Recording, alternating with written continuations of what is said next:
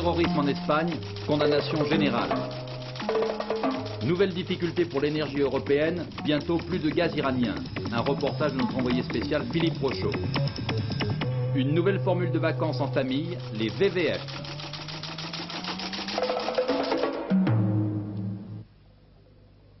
Mesdames et messieurs, bonsoir. Monsieur Henri Lelièvre, libéré avant-hier soir à Paris, a regagné hier soir son domaine de maraîcher dans la Sarthe. Après une nuit de repos, il a reçu ce matin la presse et il y avait beaucoup de monde pour écouter ce qu'il avait à dire. Monsieur Lelièvre, quant à lui, était seul, je veux dire par là que ni son épouse ni son fils n'étaient là. Tandis qu'il s'adressait aux journalistes, il se tenait droit, par instants un peu raide dans son attitude, à d'autres instants l'émotion le gagnait. Jean-Marc Ilouz assistait à cette conférence de presse.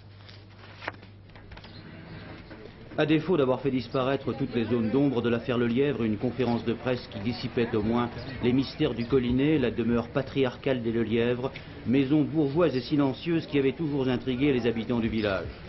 Avant l'affaire, on parlait d'Henri Lelièvre avec envie ou curiosité. Aujourd'hui, au village, on dit « le vieux, c'est quelqu'un ». Je n'ai pas eu les moyens de vérifier si c'était bien Mesrine, mais à l'entendre me parler, à l'entendre me raconter pas mal de choses, j'ai acquis peu à peu la conviction que c'était lui. Que vous êtes dit? Il m'a raconté pas mal de ses 400 coups. Je peux vous dire qu'au point de vue moral, ça ne pouvait pas être plus énergique, car j'ai eu du conditionnement, voyez-moi. C'est-à-dire C'est-à-dire le chantage qui peut se faire. Hein. Est-ce que vous vous trouviez dans une chambre noire? C'était un véritable cachot, je peux vous le dire. C'était une pièce de 11 mètres carrés environ, qui n'avait aucune aération vers l'extérieur, et j'ai passé 5 semaines là-dedans. Voyez-moi, c'est long. En public, Henri Lelièvre n'a jamais voulu décrire en détail les pressions psychologiques qu'il a subies. Il désire simplement retrouver le monde besogneux et secret de ses affaires et l'affection des siens. Mais il sait qu'une fois revenu le calme à maraîcher, il restera toujours un homme inquiet. À propos de ce rapt, on parle beaucoup depuis quelques jours et de plus en plus de Mesrine. Jacques Mesrine pourrait en effet avoir été l'instigateur, l'organisateur de l'enlèvement. Et selon M. Lelièvre lui-même, vous l'avez entendu, l'un de ses geôliers s'est présenté à lui comme étant Mesrine. Dans certaines sphères de la police, on ne rejette pas, au contraire, l'hypothèse Mesrine. Quant à la rançon payée par la famille, elle a été remise vendredi à 2 hommes masqués dans un chemin creux à Chissay, en Touraine, Loire-et-Cher. En Espagne, l'émotion est très vive après les attentats de ce week-end qui ont fait 9 morts et une centaine de blessés. Il y a eu notamment hier ces explosions à Madrid, tant à l'aéroport que dans les 2 gares principales. Aujourd'hui, des mesures de sécurité considérables sont prises autour de ces gares et aérogares. Une autre alerte à la bombe a été déclenchée ce matin dans le métro à la suite d'un coup de téléphone qu'avait reçu la police, mais aucun engin n'a été trouvé. L'émotion est d'autant plus forte qu'on espérait, cet an dernier en Espagne, que les choses s'arrangeraient. En effet, le gouvernement avait présenté un projet de statut d'autonomie pour le Pays basque espagnol et presque tous les mouvements qui militent en faveur de l'autonomie basque, avaient accueilli ce projet favorablement, parmi eux l'ETA politico-militaire. Or c'est elle justement qui revendique les attentats d'hier. De Madrid, Bruno Albin. Finalement, c'était bien l'ETA, mais celle des 2 branches réputées la plus modérée, l'ETA politico-militaire, celle qui se flattait de ne pas attenter à la vie humaine, celle des 2 branches de l'ETA qui, début juillet, faisait exploser des bombes sur les plages en prenant bien soin d'avertir la police suffisamment à l'avance. Hier encore, les terroristes ont prévenu, sans doute trop tard, et il est pour le moins curieux de voir aujourd'hui les poseurs de bombes reprocher à la police et aux artificiers madrilènes de n'être pas intervenus assez vite, bref, de leur faire porter la responsabilité de la mort des 5 personnes tuées par les bombes séparatistes. Début juillet, les bombes de ces séparatistes n'avaient eu, semble-t-il, guère d'influence sur la venue des touristes. Cette fois-ci, les Basques ont frappé un 29 juillet, juste à la veille du mois d'août, et pour les vacanciers de la seconde période de l'été, les choses seront probablement différentes. Reste l'Espagne et les Espagnols. Ici, à la gare d'Atocha, ils retrouvent aujourd'hui leurs habitudes et leurs journaux. Bien que nous soyons aujourd'hui lundi et que théoriquement la presse madrilène ne sorte pas, les principaux journaux espagnols ont fait des éditions spéciales pour mieux pouvoir stigmatiser, je cite, la sale guerre des séparatistes, l'échec d'une politique ou encore réclamer la mobilisation du peuple espagnol. Car face au problème basque, les Espagnols ne croient plus aux vertus de la négociation politique. La brutalité de l'attentat hier leur a ôté leurs armes. On ne peut malheureusement pas en tirer autant des militants de l'ETA. Bernard Rapp était allé enquêter il y a quelques semaines sur le climat qui régnait à Madrid et il nous avait proposé un instantané très saisissant de l'ambiance dans la capitale espagnole, une ambiance, vous l'imaginez bien, qui ne s'est pas améliorée depuis ces dernières 48 heures.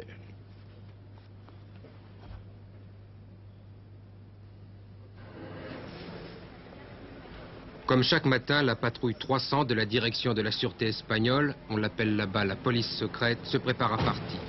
2 inspecteurs triés sur le volet parmi de jeunes policiers n'ayant pas d'attache avec le régime précédent. Leur tâche essentielle ces derniers mois, être prêt à faire face immédiatement à tout attentat terroriste, plus concrètement répondre aux alertes à la bombe, une moyenne de 20 par jour. Aujourd'hui, la première alerte se produit 45 minutes après le départ de la patrouille. Un colis suspect a été repéré par des agents de la circulation. Immédiatement, les artificiers qui, eux aussi, patrouillent constamment dans Madrid, arrivent sur les lieux. C'est alors l'opération spectaculaire, du désamorçage, presque la routine.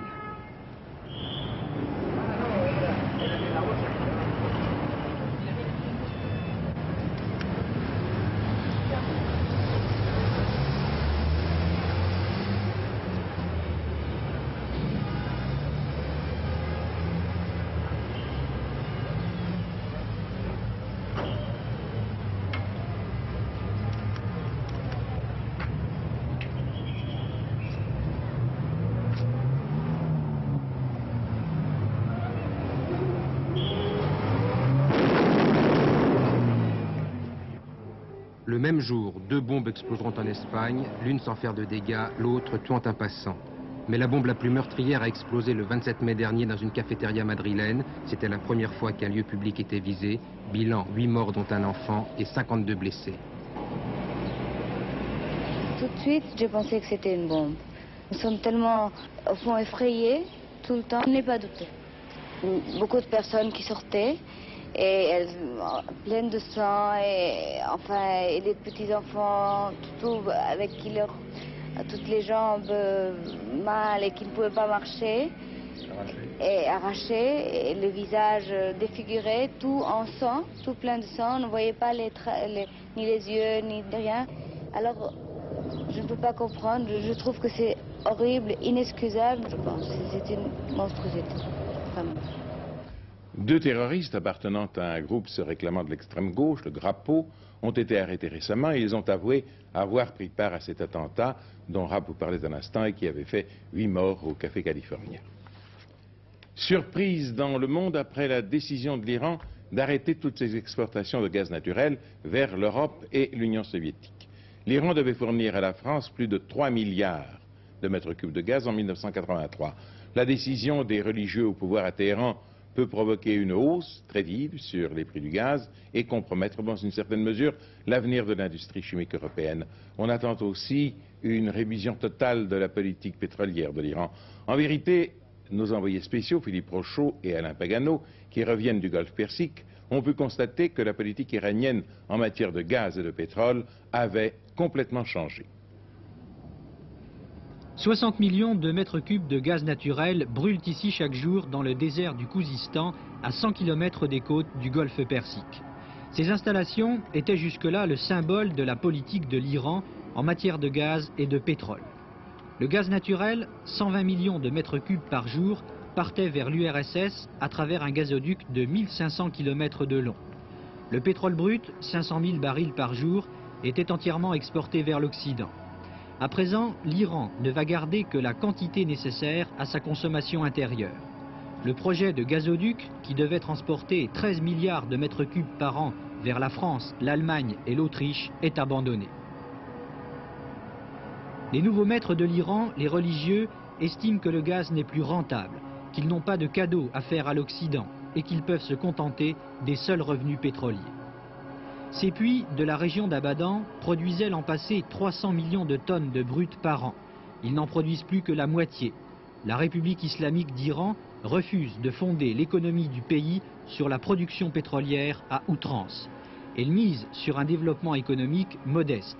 Téhéran n'est pas pressé de vendre son pétrole. En un an, la seule augmentation des prix a largement compensé la baisse de production. Alors pourquoi ouvrir plus grand les robinets? Voici le nouvel homme fort des pétroles d'Iran, mis en place par l'ayatollah Khomeini lui-même. Il affirme que l'Iran veut mener une politique modérée. Sa politique des prix, elle sera basée sur celle de l'OPEP, 23,5 $ le baril. Non, ils ne veulent pas assoiffer l'Occident. Non, ils n'ont plus besoin des techniciens étrangers. Oui, leurs partenaires commerciaux seront désormais triés sur le volet.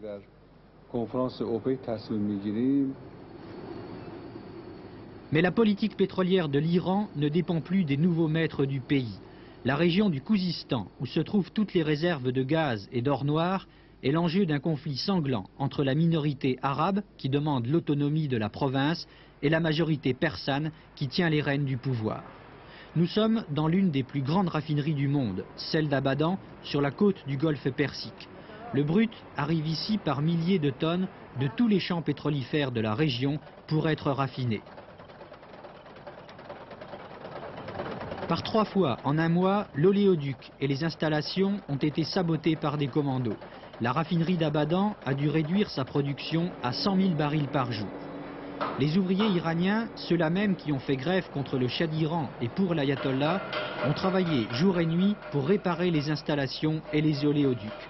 15 jours de travail qui ont coûté à l'Iran 300 millions de dollars. Alors aujourd'hui, l'avenir pétrolier de l'Iran dépend surtout de la sécurité des puits de pétrole. La compagnie pétrolière a ses propres gardiens que nous avons entraînés et toutes les installations sont protégées. Si nous avons besoin de renforts, des dizaines d'ouvriers se sont portés volontaires. Nous pouvons aussi demander au gouvernement de nous envoyer du renfort en cas de nécessité pour assister les gardes de la compagnie pétrolière.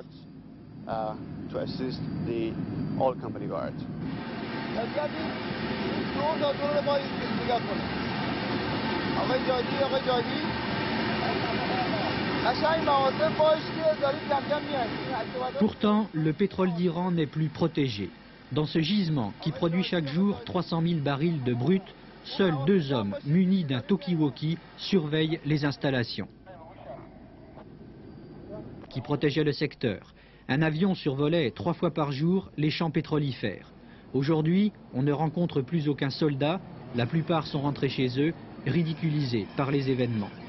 Un simple commando de quelques hommes pourrait transformer en feu d'artifice les plus vastes champs pétrolifères du Moyen-Orient. Or, les menaces ne manquent pas.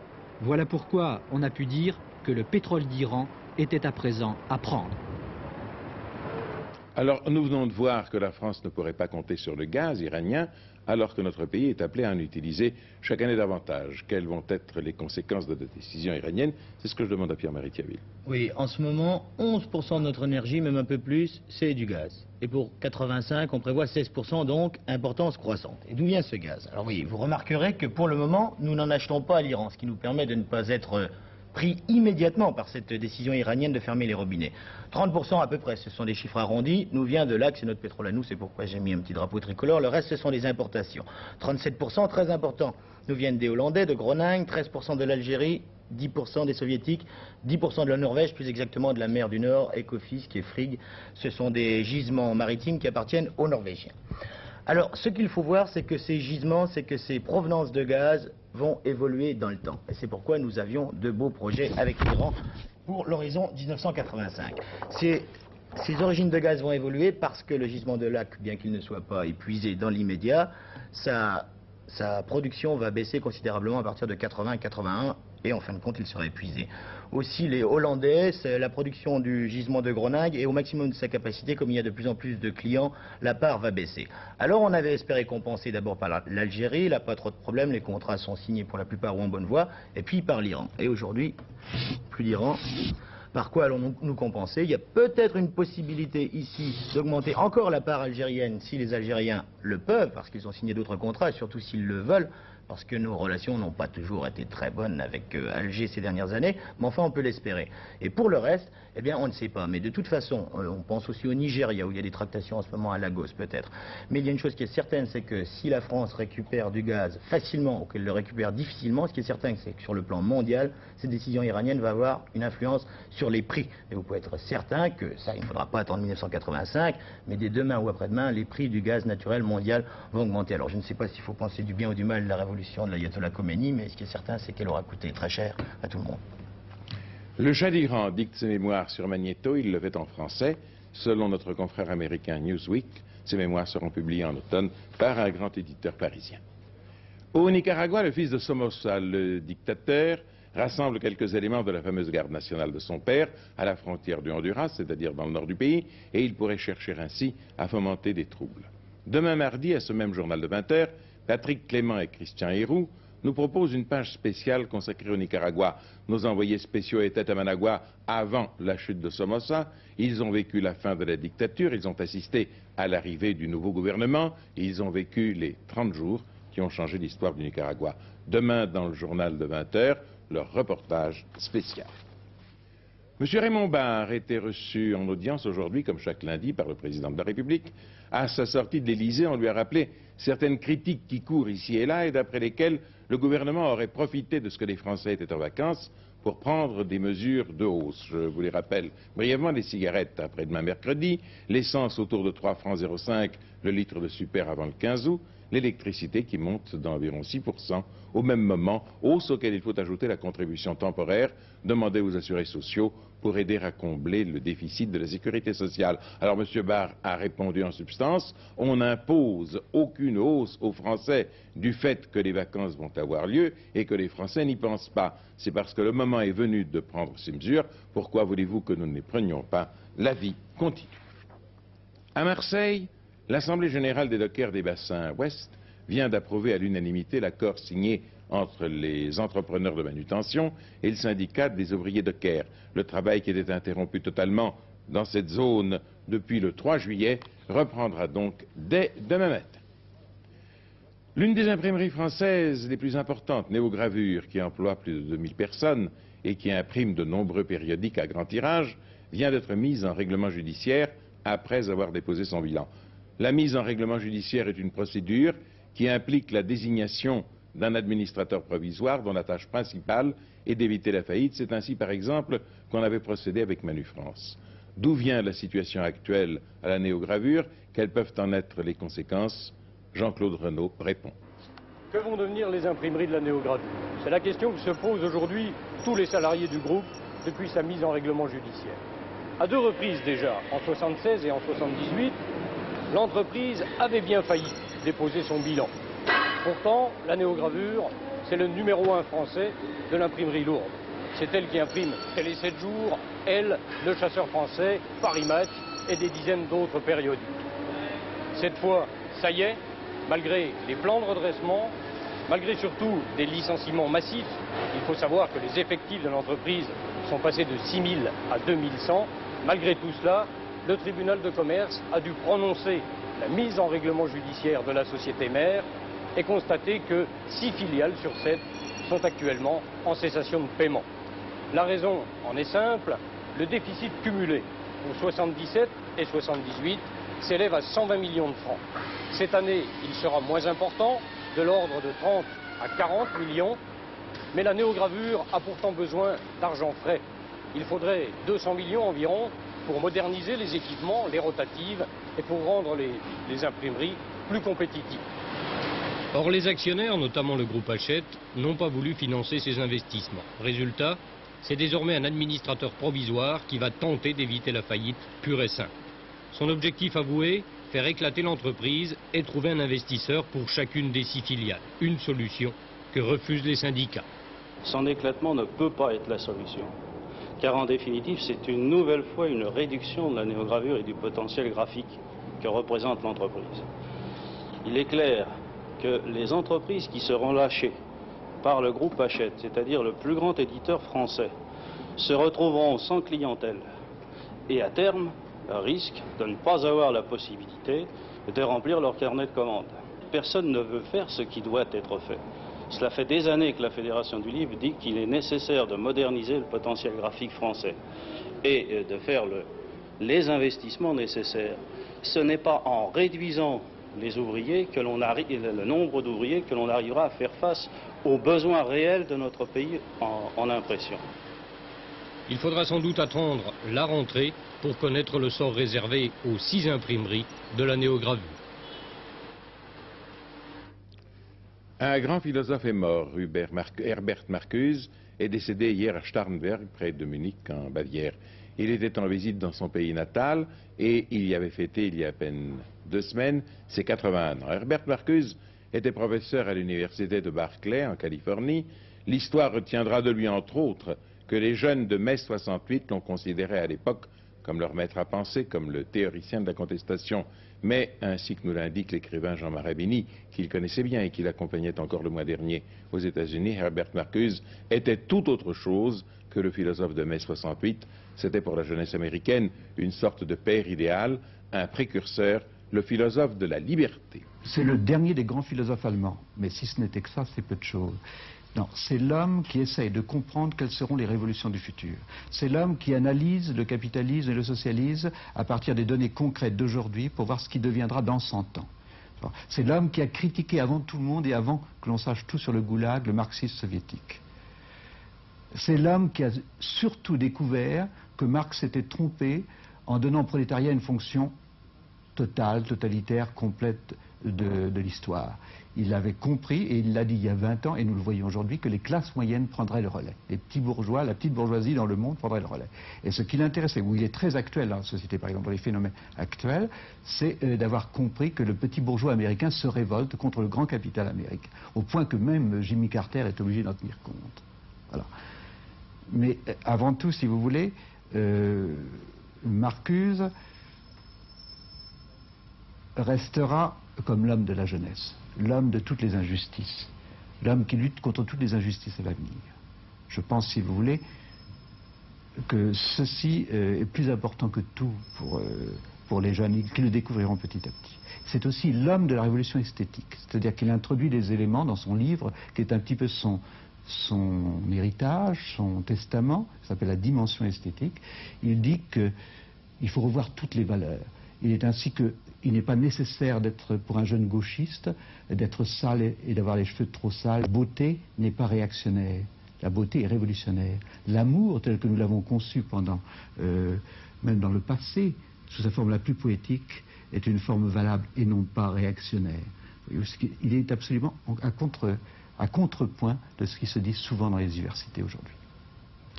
Vacances, un certain nombre de nouvelles pas très réjouissantes, il faut bien le dire. Si vous comptez partir en septembre en avion, sachez que les compagnies aériennes entendent augmenter entre 6 et 9% 6 et 15% leurs tarifs. Décision prise ce matin à Genève par les 63 compagnies de la IATA, c'est-à-dire l'Association internationale des transports aériens. Cependant, l'augmentation, pour devenir effective, doit être encore approuvée par les divers gouvernements. Sur les routes de France, au cours du premier semestre, il y a eu sensiblement plus d'accidents que l'an dernier, durant la même période, plus de blessés, mais par chance 0,2% de moins de tués. En tout cas, pour le dernier week-end, il y a eu 70 morts et 640 blessés, c'est-à-dire sensiblement plus que le week-end précédent. Nombre de gens qui arrivent en vacances et veulent en profiter aussitôt ne prennent pas de précautions indispensables et une dizaine de personnes qui se sont baignées hier dans des rivières de l'Est de la France se sont noyées. Or, dans presque tous les cas, il s'agit d'imprudence caractérisée, comme par exemple un plongeon juste après leur pas. Mais toutes les nouvelles concernant les vacances ne sont pas de cet ordre. Dans le reportage de Pierre Fauque que je vous invite à regarder, il va s'agir d'une organisation qui arrange fort bien votre temps de loisir. C'est les villages vacances. Vous pouvez soit simplement louer votre logement, soit demander la pension complète, un rendez-vous entre mer et montagne. Sarre, Pyrénées-Atlantiques. Depuis 1977, s'est ouvert sur la commune un village de vacances de 250 lits. Un exemple type d'application du tourisme social. Ici, une semaine de vacances pour un couple avec 2 enfants coûte environ 1000 francs en formule gîte c'est-à-dire hébergement sans les repas. Nous, l'été, nous choisissons la formule gîte, c'est-à-dire appartement avec kitchenette pour pouvoir confectionner nos repas nous-mêmes, pour avoir un petit peu d'autonomie, un peu d'indépendance. C'est-à-dire que si nous sommes en train de... nous projetons par exemple une balade en montagne, bon ben, on la termine à notre heure et on rentre après prendre notre repas. On n'est pas tenu à des heures particulières. Mais d'un autre côté, nous sommes quand même intégrés au centre de vacances et nous bénéficions de tous les intérêts, tous les avantages, c'est-à-dire animation pour chaque tranche d'âge. Par exemple, aujourd'hui, notre fille est partie avec les autres enfants du centre de vacances pour une journée de promenade avec repas. Et nous pouvons organiser notre journée tout à fait à notre guise, quoi, hein. Il y a également une nurserie. Si par exemple, ce soir, il y a un spectacle plus orienté vers les adultes, eh bien, il y aura la nurserie pour garder nos enfants et nous pourrons aller au spectacle tranquillement, sans avoir d'arrière-pensée, quoi. Tu veux le faire?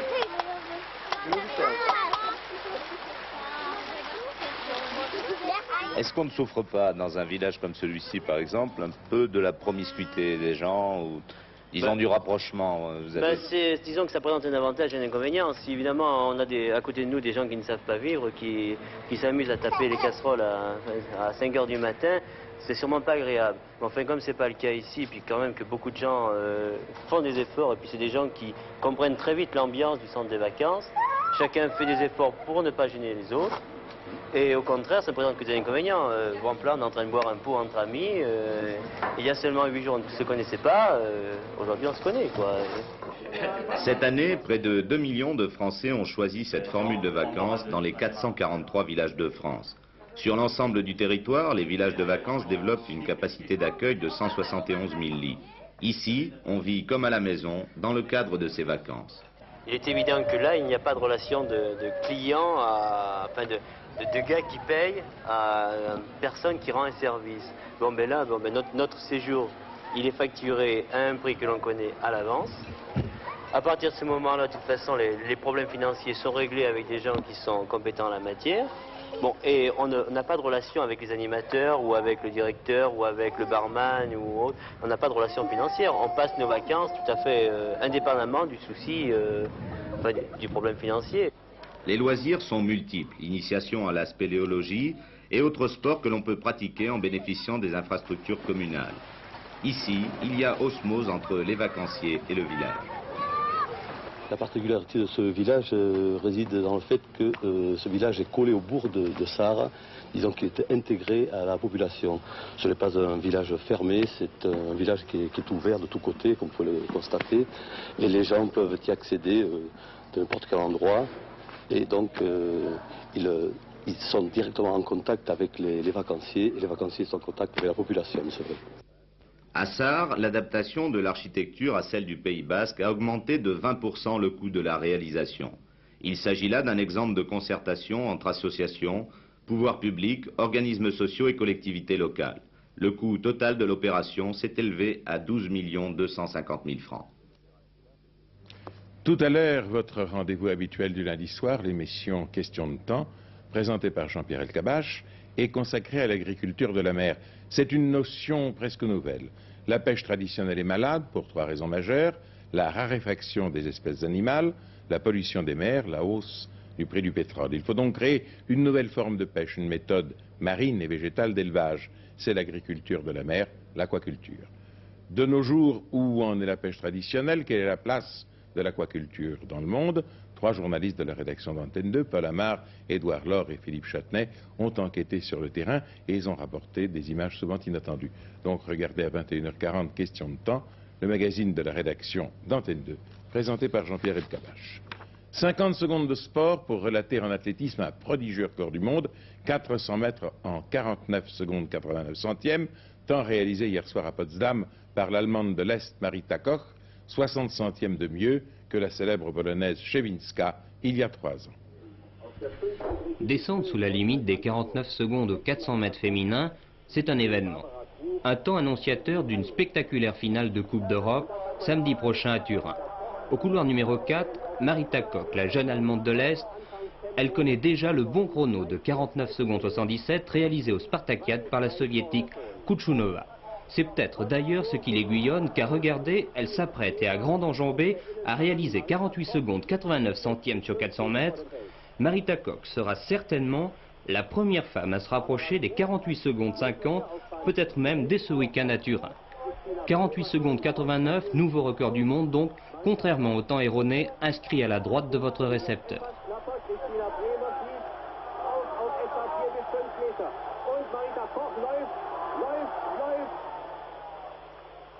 Si un monsieur veut suivre une dame comme elle, ça va être difficile. Tant demain matin, sur la moitié nord du pays, une zone de temps très nuageux, avec de faibles pluies éparses abordera les côtes de la Manche. Le matin, et atteindra en soirée la Vendée, le Val-de-Loire et la région parisienne. Précédée d'éclaircies, elle sera suivie dans le nord-ouest par un temps variable. Alors sur la moitié sud, le temps sera très nuageux le matin, nuageux ensuite. Des orages peuvent encore éclater, surtout sur les massifs montagneux. Ce soir, Bernard Pradino vous présentera la dernière édition du journal télévisé. Demain, ne manquez pas Antenne de midi, présentée par Daniel Bilalian. Et si vous le voulez bien, nous nous retrouverons à 20h pour la même édition que ce soir. Bonsoir, merci.